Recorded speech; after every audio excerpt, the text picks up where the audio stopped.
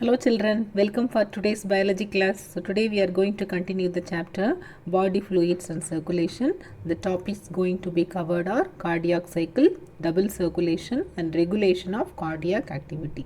Now let us go inside the chapter. So first is cardiac cycle. Actually the cardiac cycle is the sequence of events which occur from the beginning of one heartbeat to the beginning of next heartbeat. Okay, so in the cardiac cycle, the contraction of heart chamber you call that as systole, and the relaxation you call that as diastole. That is the term you have to remember. The complete cardiac beat, it consists of one systole and one diastole of each atria and ventricle. Means atria will show one diastole and one systole. The same way ventricle will show one diastole and one systole. Okay, so it is the heartbeat, the complete heartbeat, it consists of diastole and systole of both atria and ventricle. So that is the systematic plan of blood circulation in human being. How does it occur? So this is the heart. From here, from the right atrium, it receives the blood from different parts of the body, that is deoxygenated blood. Then later the deoxygenated blood is pumped to lungs for purification through pulmonary artery. Here then after purification the blood reaches this side, left atrium. Okay, and from the left atrium the blood is pumped by means of aorta to different parts of the body. So from the left atrium the blood goes to left ventricle, then from the left ventricle the blood the blood is being pumped to different parts of the body by means of aorta. Then later here it is utilized and the carbon dioxide blood, that is deoxygenated blood, once again it reaches here. So this is the entire circulation. So here when you observe one side of the heart, it consists of deoxygenated blood and other side it consists of oxygenated blood. Double circulation, actually double circulation, it involves pulmonary circulation and systemic circulation. Pulmonary circulation, it involves lungs. Systemic circulation, it involves different organs. Okay, so the blood, it is pumped to lungs for purification and it gets oxygen, and later it comes back to heart. What we studied, this is the entire cycle. I explained that same thing only.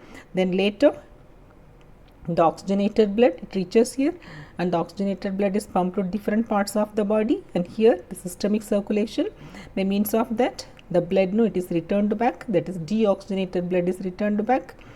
So then once again the pulmonary circulation, it is pumped to lungs for purification. So like that the cycle is going on. So it involves both pulmonary circulation and systemic circulation. Pulmonary circulation involves lungs. Systemic circulation involves organs, various organs. The same thing in the short way the diagram is given. So how it is pumped to lungs for purification, later coming back. Okay, so then oxygenated blood is pumped to different organs, then deoxygenated blood returns to heart, and from heart it is pumped to lungs for purification. Now let us study regarding the regulation of cardiac activity. Actually the normal activities of heart, it is controlled, regulated systematically, intrinsically. Okay, systematically and intrinsically it is being controlled, auto-controlled, it is auto-regulated. The specialized muscles, that is nodal tissue, the synatrial node, SA node, okay, so that controls. So that's why the heart is myogenic. Apart from that, special neural center in medulla oblongata that can also moderate the cardiac function. It is through autonomic nervous system. Actually autonomic nervous system, it has two parts. One is sympathetic and other is parasympathetic. And the sympathetic nerves, what they do, it increases the heartbeat. By means of that the cardiac output, okay, it can be increased. The strength of ventricular contraction is controlled and thereby it increases the cardiac output.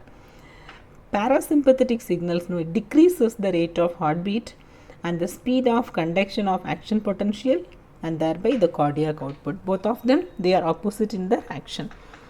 Then adrenal medullary hormones, that can also increase the cardiac output. The adrenal hormones, you call that as that's actually gland itself, known as the emergency gland, and the hormone you call that as the emergency hormones produced by them, emergency hormones and the stress hormone, because during that time it controls, during stresses, the adrenal medullary hormones, it increases the cardiac output.